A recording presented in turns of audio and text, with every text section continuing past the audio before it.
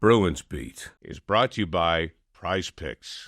And welcome into the Bruins Beat, presented by Prizepicks. Go use that promo code CLNS to get $50 back when you play your first $5 lineup. And we're presented by CLNS Media. Make sure to go check out all our great content over there. Subscribe to Bruins Rinkside, Poke the Bear, Pucks with Haggs, Bruins Beat throughout the offseason.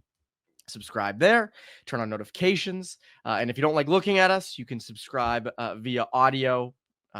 Apple Podcasts, Spotify, or wherever you get your podcasts from.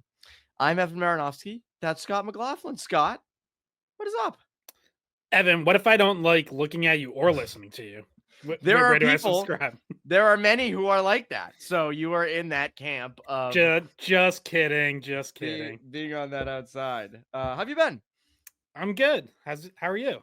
I'm good. Summer's I always say once July 4th hits, summer's over. So, according to those rules, summer feels over. It's flying, and it's only mid-July. See, I feel like this is actually summer because we don't like covering the Bruins. Like you don't really get to start summer until July 4th because you get free agency, the draft, and then it finally actually slows down a little. Knock on wood, but exciting day today that we had schedule release. Maybe not quite as big of an event as like NFL schedule release, but it's a bit big for me. It is big, and it's funny because I like that NHL teams have now followed the lead of let's have a creative schedule release. Like I saw the Bruins obviously had Bill Burr, the Kings had the Empty Netters podcast and the Friday Beers guys. Did you see the Devils one? It was the dodgeball. It was awesome. The mascot was just friggin' plugging kids with the freaking dodgeballs. It was great. And they all had Metro team shirts on. It was great. And I like that. They should do more of that. And I'm glad they lean into it. It's funny you mentioned the NFL schedule release because the NFL schedule release, and you deal with this at the EI, is huge. I mean, immediately, if we were doing a Patriots podcast, to be like, all right, week 1, against the Bengals, loss. Like you just go, maybe we'll do that with this every game. Like opening night against the Blackhawks, win. You're actually stepping on our idea for the next skate pod. We are going to go win-loss all 82 games. No, really? No, I'm just kidding. We are actually not doing that. You know what, though? Like, at this time of year, there's not a ton to talk about. Maybe you do want to spend an hour just going through being like, all right, November 4th at New York Islanders, it's probably a loss. I can get behind that and just see how close you get at the end of it. Maybe people would be interested in it. You never know. So, yeah, schedule is out. One thing, before we get into the actual schedule, one gripe I always have, and I think most people have this too, is I hate that you have to play every team twice. Like I think we all feel that way. I don't feel the need. I actually don't mind it. I don't mind it, honestly.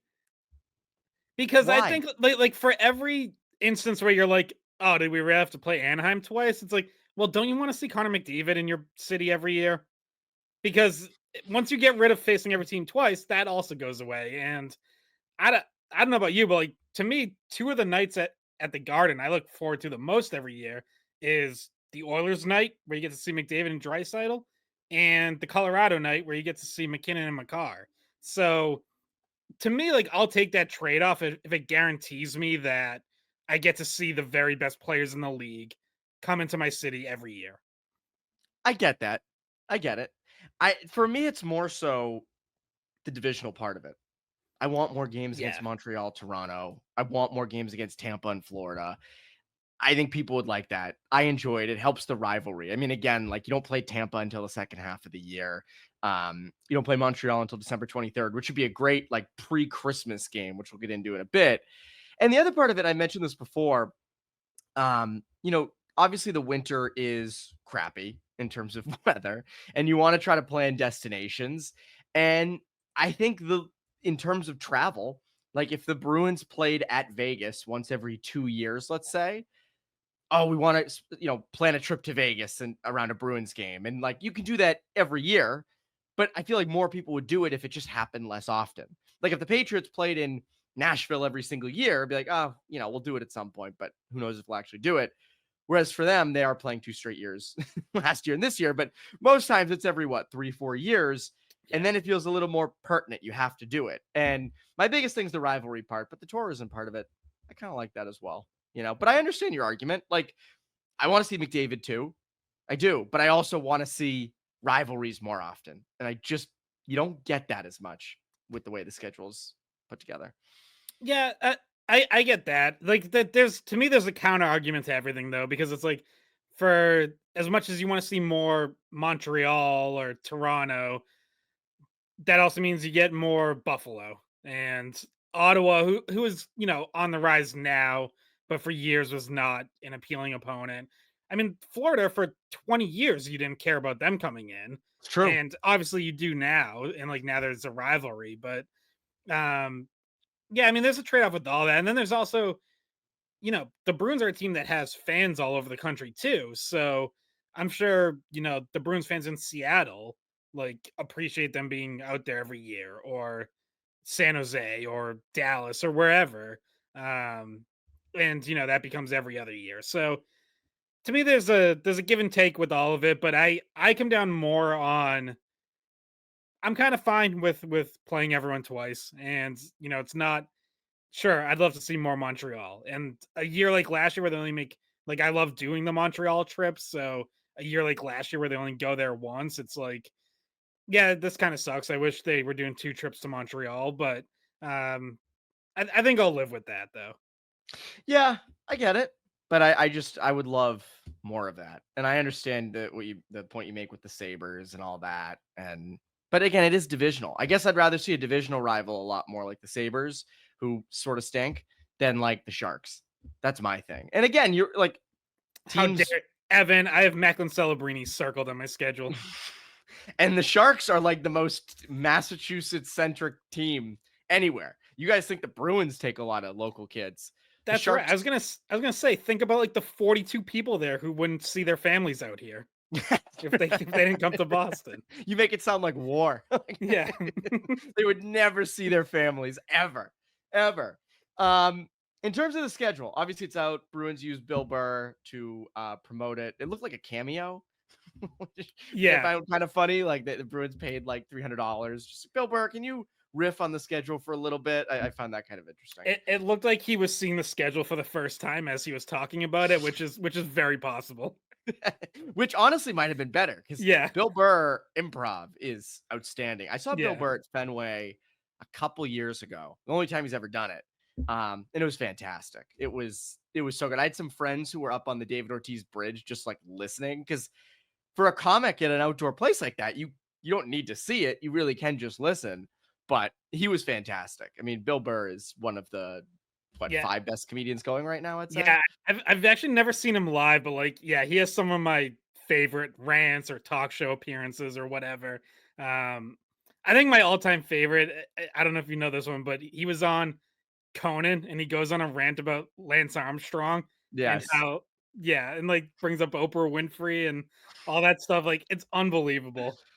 My favorite Bill Burr rant, it's like 45 seconds and it's on YouTube. You can go find it. Is on Neil deGrasse Tyson. It is it's Bill Burr at his best, ranting about how, like, have you ever seen Neil deGrasse Tyson talking to other smart people? It's always like talking to some rube and explaining the universe. And he does it perfectly. I don't want to give any of it away because I'm just nowhere near that level of funny. But he does it perfectly. And I think it's a fantastic rant on Neil deGrasse Tyson. But the schedule's out. Bruins schedule is out. I think the big date everybody has circled, especially in that first month, is October 21st, home against Florida. Brad Marchand's return. You hope he stays healthy and that he can actually play in that game. I don't think he's getting booed by anybody. No. But what are you looking forward to in that game? Is there like a Fire Sweeney chant you see happening? What do you say? No, I think it's going to be an emotional night. Like, to me, I think you're probably getting something more than just the Jumbotron video at the first TV timeout. Like, I guess I guess maybe I shouldn't assume that. Like, maybe that is all it is. But even if that's what it is, like, it'll be, I think you're getting a lengthy standing ovation. And I think Marchand is the type of guy who he might try to like downplay going in, but I think in that moment, like, you'll see emotion on his face too. I think stuff like that, like, makes an impact on him when he hears it from fans. And yeah, I imagine if anyone boos, it's going to be like 1 out of 1,000. Like it's going to be such a small amount of people that it's not even really worth giving any attention to. I think it's going to, I mean, look, this is a franchise legend who's going to have his number retired someday. And yeah, I know everyone has weird feelings about seeing him with the Panthers and seeing him win a cup there. But I think, you know, Bruins fans never really got a chance to say goodbye with the trade. Like he wasn't even playing leading up to the trade.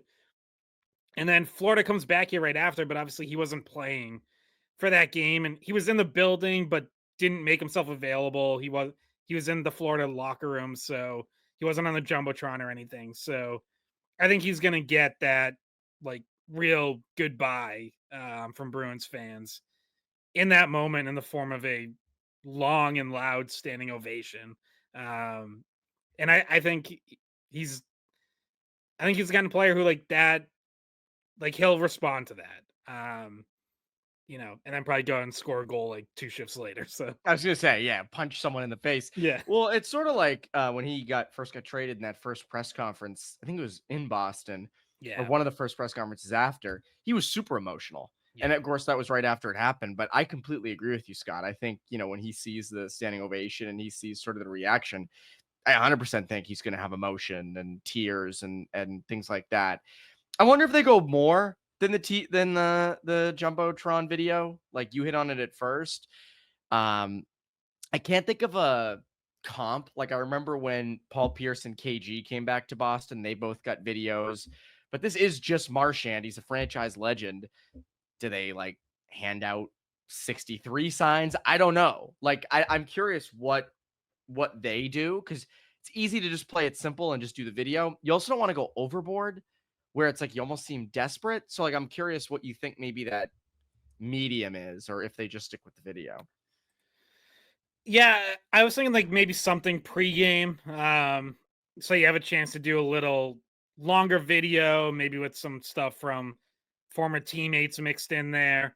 Something on the ice. I don't know if you present them with something. Like I was kind of thinking along those lines. I was just, as you're talking, like, I was trying to think back. I was just a kid at the time, so I really don't remember this. But like Ray Bourque did play in Boston as a Colorado Avalanche player, so I don't like I know, like I remember he got a standing ovation. Obviously, I don't remember the full context of whether that was pregame or during the game or whatever. But like that would be that might be like the only comp really for one of these true franchise legends coming back and playing in the Garden still as an active player.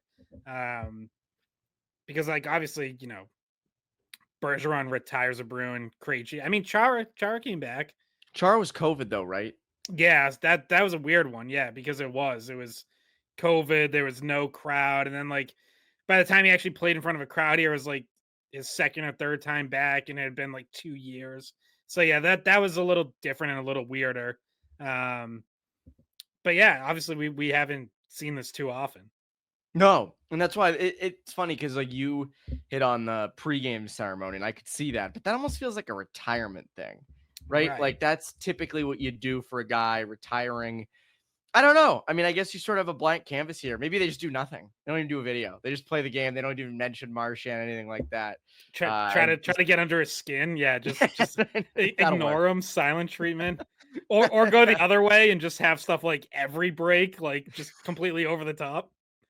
Maybe they will, like you could just go like all in, like there's no commercials. Nesson would be just like roiling, like the idea of no commercials, like not immediately cutting, like, so we'll see. I'm very curious to see what they end up doing, but that's immediate. Like that's first 3 weeks of the season.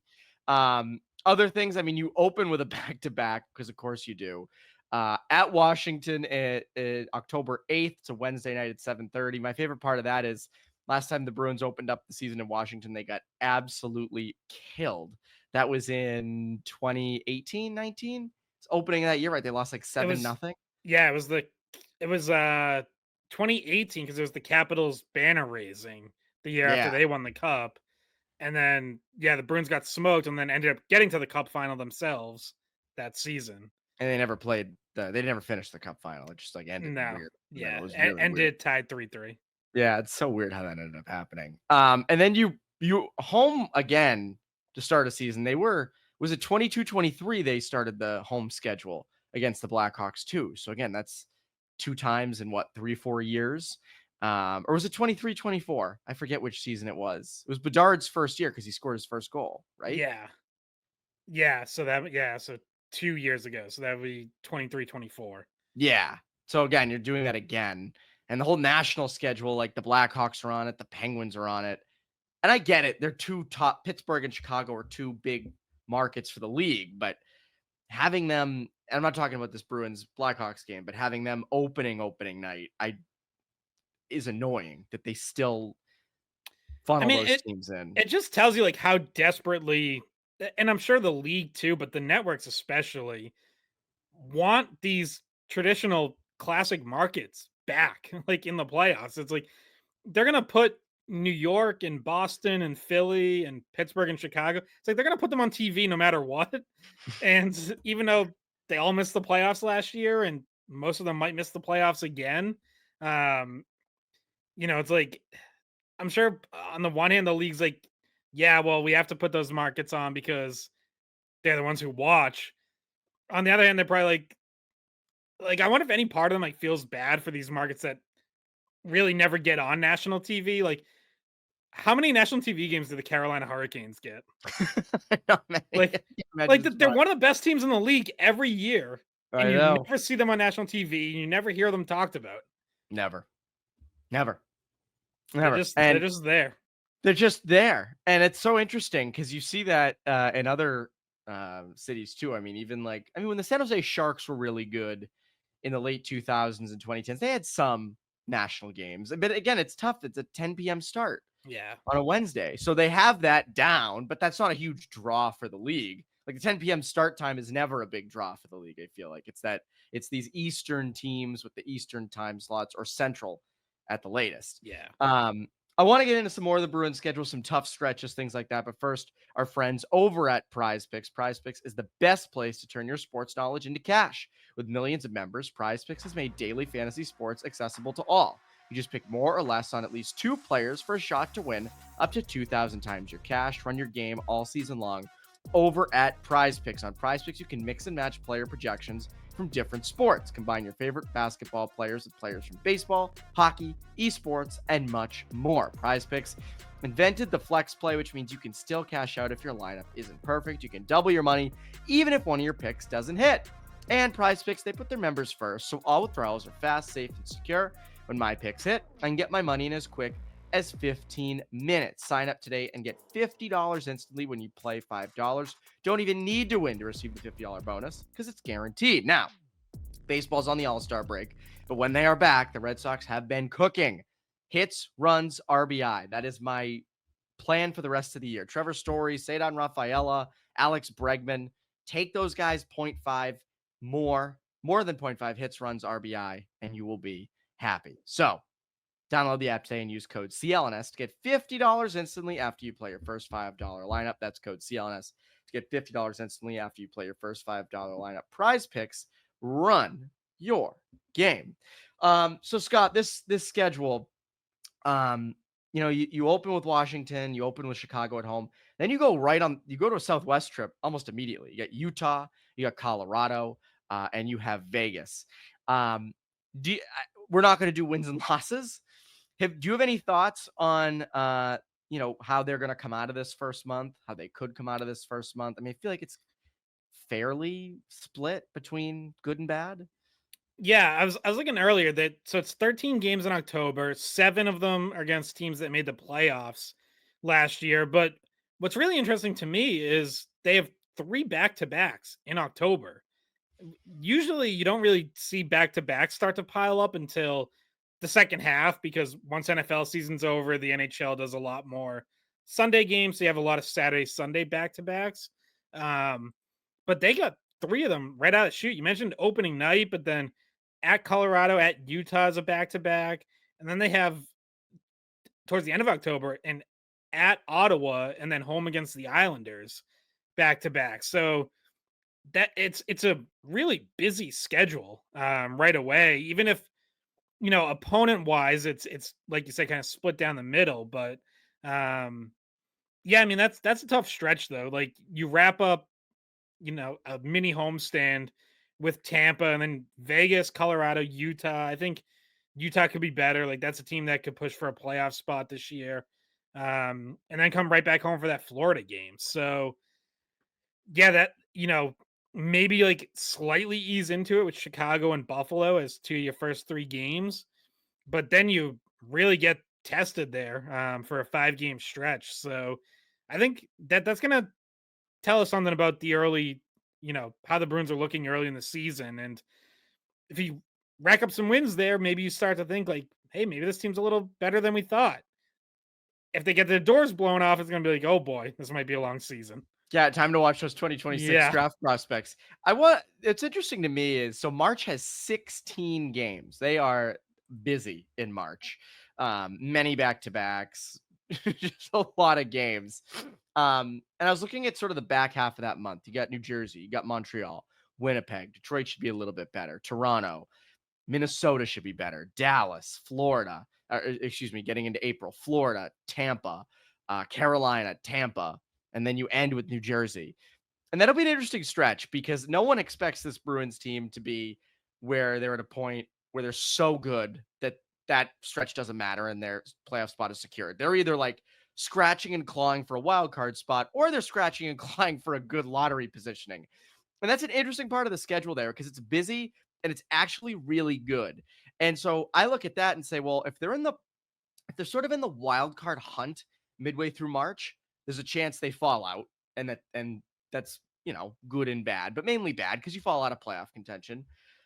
But it's also good because if they are bad, if they are the team that a lot of people think they're going to be, which is bottom 10 of the league, that's not the worst stretch to end on. If everybody's good and you're losing and you're doing what you did last year and you fall out, it's a loser way to think. But if you are going for a good lottery pick, not saying that they're trying to lose or anything, but those are some hard games if you end up being a lottery team. Yeah, that's like prime territory for work hard, give it an A effort, coach hard, and still lose every night. Like, you're right. Because, we were talking about this on the skate podcast, and we're saying, like, if they are kind of slipping out of it, or if they're in a similar position to last year approaching the deadline, and remember, like, they fell off a ton after the deadline, but approaching the deadline, like those couple of weeks leading up, it was like they were still only a couple points out. So even though you knew they weren't a very good team, there was still party that was like, do they try to just kind of like hang on? And, at that time, we're still wondering if like maybe McAvoy comes back, or Hampus Lindholm comes back, and like you try to scratch and claw your way into the playoffs. I wonder how they would approach it if they're in a similar position this year where, like they've kind of already done the biggest part of the teardown. Like I don't really see any way that they're selling as much as last year in the sense of trading away multiple core pieces who have term on their contract. I think the rentals, the pending free agents, those guys are definitely fair game. Whether Victor Arvidsson, Andrew Peak, like those are two obvious ones to circle, but it might be more of a kind of a stand pad and like play some young players and see what you have down the stretch type of thing. I think I'm sure a lot of fans want to see, hey, just play the kids like the whole season and see what you have. I think they're going to make them earn it, but I do think later in the season, you could definitely see, hey, whoever's been doing well down in Providence, like now they get their look. Yeah, and I'm looking even at like March. So like, when BC misses the Hockey East playoffs and the national tournament. So I'm just thinking that Hagens' first game will be what, like March 10th? Am I right about that? Like early March, James Hagens will be up here. See, I'm speaking your language on that one. Yeah, when they're like the 8th seed and number 1 BU knocks them out in the quarterfinals. That's even more than I was going for. Yeah, I agree with you.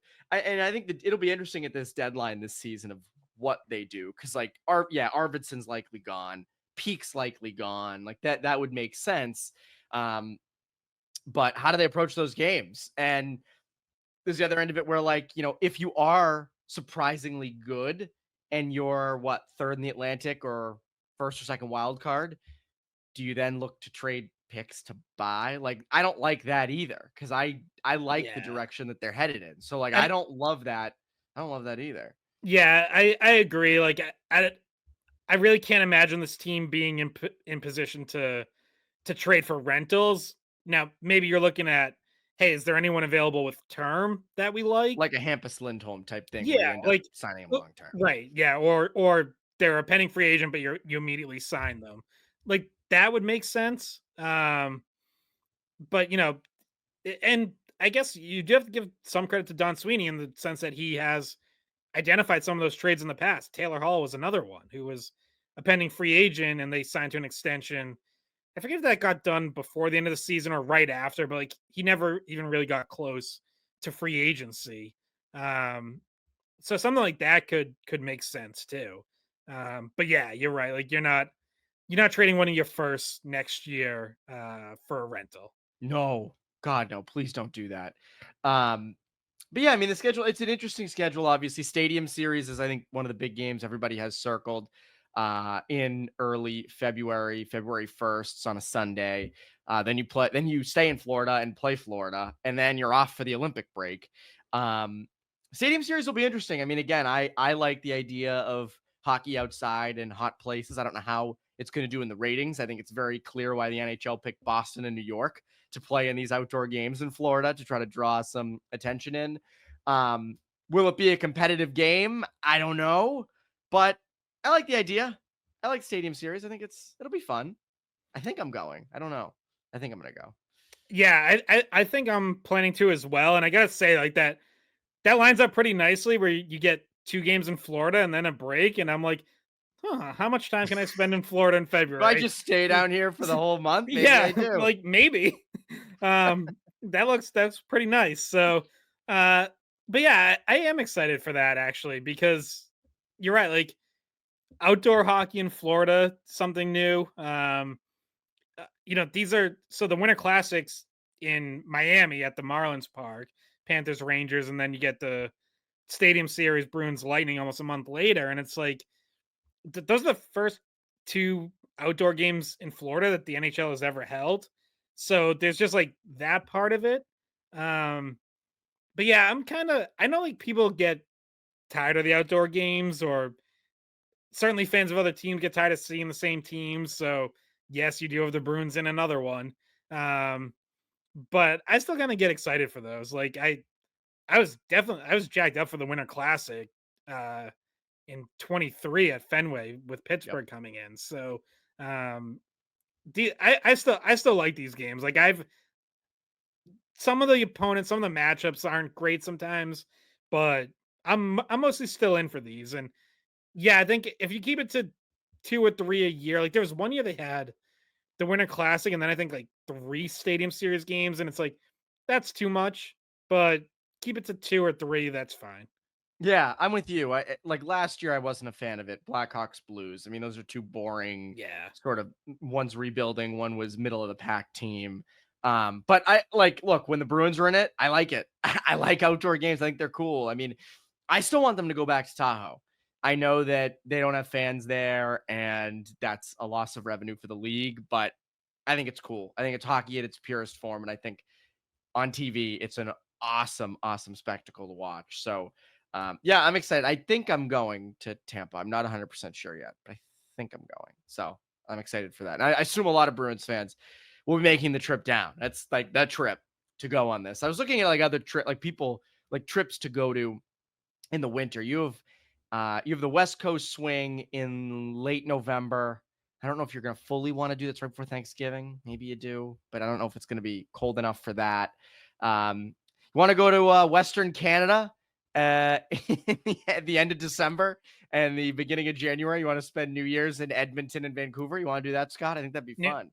Listen, I hear New Year's Eve in Edmonton is just a crazy time. I can imagine. Speaking of crazy times, by the way, make sure to subscribe to our stuff over at CLNS Bruins Rinkside on YouTube. subscribe. Bruins Beat, Poke the Bear, Pucks with Haggs. And then CLNS has a lot of other great stuff. Patriots Press Pass, Celtics All Access, all those things. Make sure to go do that over on YouTube. Yeah, in terms of other touristy areas, like to me, the big one's February. Like I think if you're like, there are probably some listeners who are looking to have a bachelor or bachelorette party and they're big Bruins fans and they're kind of looking around, go, what would make sense for a good time? To me, it's February 1st and 4th because you go to Tampa for Stadium Series, and then you go to Miami for or Sunrise, excuse me, for the game against Florida. And then you can, as you said, you can stay there for a little bit. So maybe spend a week. That'd actually be a fun Saturday to Saturday. And that's a long bachelor or bachelorette party, but 7 days in Florida, 2 Bruins games, 2 losses. That's not the worst thing in the world, right? Yeah. And no, that's a great one. You always look at the Nashville trip too. That's Thursday, March 5th.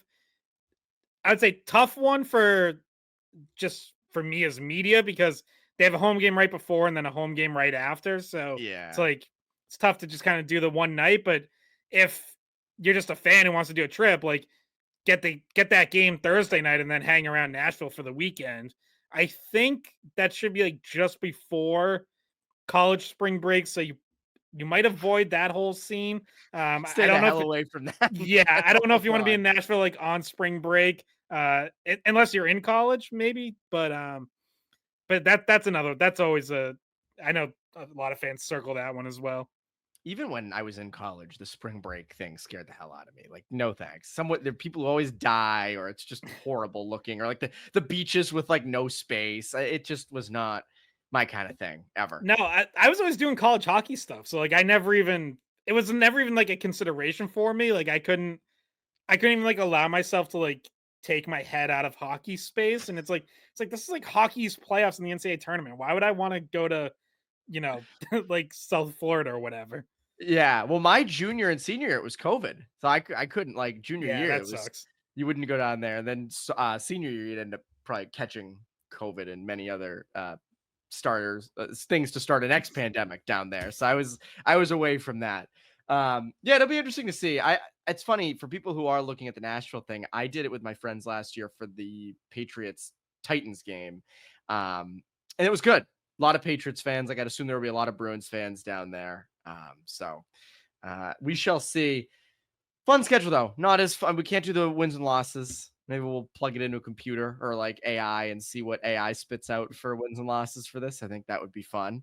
But Scott, what could people look forward to from you over at the Skate Pod and WEI? Yeah, we have regular episodes of the Skate Podcast going throughout the summer. Probably 2 a week for the summer, and then coverage on WEI.com whenever anything pops up or I feel the inspiration to write something. So, had some scheduled takeaways and that kind of stuff. So, and other than that, check back around training camp for more daily coverage. Go listen to the Skate Pod. That's what people should go do. Go listen to the Skate Pod. That's Bruins Beat. That's Scott McLaughlin. I'm Evan Marinofsky. Bruins Beat listeners, have great rest of your week.